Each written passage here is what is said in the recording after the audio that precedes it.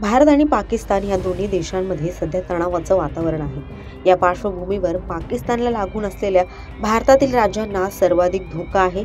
त्यामुळे राजस्थानसह पंजाबमध्ये सरकारनं रेड अलर्ट जारी केलाय। शुक्रवारी रात्री पंजाबच्या फिरोजपूरमध्ये झालेल्या संभाव्य ड्रोन हल्ल्यात 3 जण जखमी झाले। फिरोजपूरचे SSP भूपिंदर सिंग यांनी दिलेल्या माहितीनुसार जखमींना तातडीनं रुग्णालयात दाखल करण्यात आलं आहे। पठाणकोटवर संशयास्पद ड्रोन देखील दिसले आणि सुरक्षा दल त्यांच्याशी सक्रियपणे संपर्क साधत होते। या पार्श्वभूमीवर पंजाबमध्ये नागरिकांना घराबाहेर न पडण्याचं आवाहन आता करण्यात आलं आहे। फिरोजपूर आणि पठाणकोटमध्येही स्फोट झाल्याची नोंद आहे। भारतानं त्यांच्या हवाई क्षेत्रातून अनेक पाकिस्तानी क्षेपणास्त्र रोखल्यानंतर पाकिस्ताननं भारतावर हल्ला केला। भारत आणि पाकिस्तानमधील वाढत्या तणावाच्या पार्श्वभूमीवर पंजाबचे मुख्यमंत्री भगवंत मान यांनी त्यांच्या निवासस्थानी तातडीची मंत्रिमंडळ बैठक बोलावली आणि त्यांच्या मंत्रिमंडळातील 10 सहकाऱ्यांना राज्यात काम करण्यास आणि सीमावर्ती भागात राहण्यासाठी नियुक्त केलं।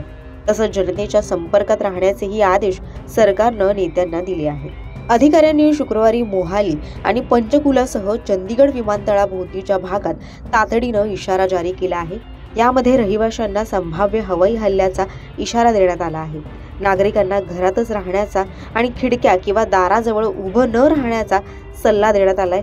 तसंच अत्यंत आवश्यक नसल्यास घराबाहेर पडू नये असंही सांगण्यात आलंय। गुरुवारी भारतातील काही शहरांमध्ये पाकिस्तानी ड्रोन आणि क्षेपणास्त्रांनी लष्करी सुविधांवर हल्ला करण्याचा प्रयत्न केल्यानंतर भारतानं प्रतिहल्ला सुरू केला, तेव्हा हा इशारा देण्यात आला।